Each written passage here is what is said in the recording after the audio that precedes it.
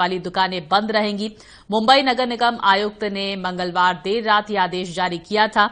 आयुक्त ने बताया था कि मेडिकल स्टोर, किराना और राशन सहित रोजमर्रा की जरूरत पूरी करने वाली दुकानें ही खुलेंगी। आयुक्त के आदेश के बाद बीजेपी के वरिष्ठ नेता किरीट सोमैया ने महाविकास अघाड़ी सरकार पर चुटकी भी ली।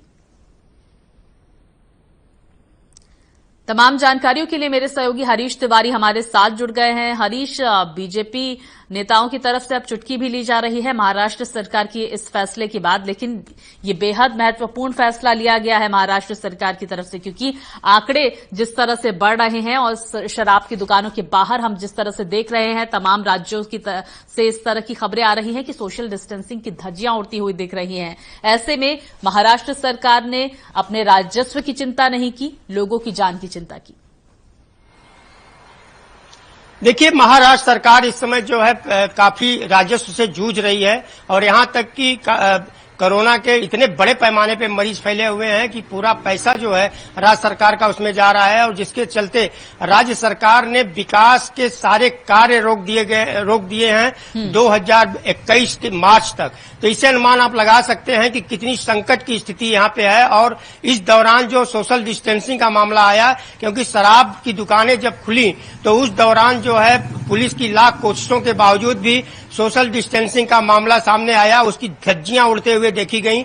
और इससे यह लगा कि ये कोरोना के जो पॉजिटिव मरीज हैं, अगर इसमें कोई एक भी व्यक्ति रहा, संदिग्ध व्यक्ति भी रहा, तो काफी लोगों को कोरोना जैसे महामारी से निपटना पड़ेगा और उनको फैल जाने का डर था। और इसी के चलते महानगर पालिका ने यह एक कड़ा डिसीजन लिया है। महानगर पालिका के आयुक्त प्रवीण ने ये रातों रात ये ऑर्डर निकाला और हर जगह सर्कुलेट किया। जाहिर सी बात है कि यहाँ पर जो स्थिति कोरोना के चलते बनी हुई है उससे सहमे हुए लोग हैं और एक तरफ जहाँ पर बड़े पैमाने पे मजदूरों को यूपी और बिहार भेजने की प्रक्रिया शुरू है, उसमें इस तरह का शराब की जो दुकान खुली थी उसमें लाइन लगी और लाइन लगने के कारण जो है 1 से 1.5 किलोमीटर तक लंबी कतार थी। वह बात अलग है कि 65 करोड़ रुपए की 40 घंटे के अंदर मुंबई में दारू बिक चुकी। तो इससे आप अनुमान लगा सकते हैं कि बड़े पैमाने पर राजस्व सरकार को मिलता, 45 करोड़ रुपए पर डे का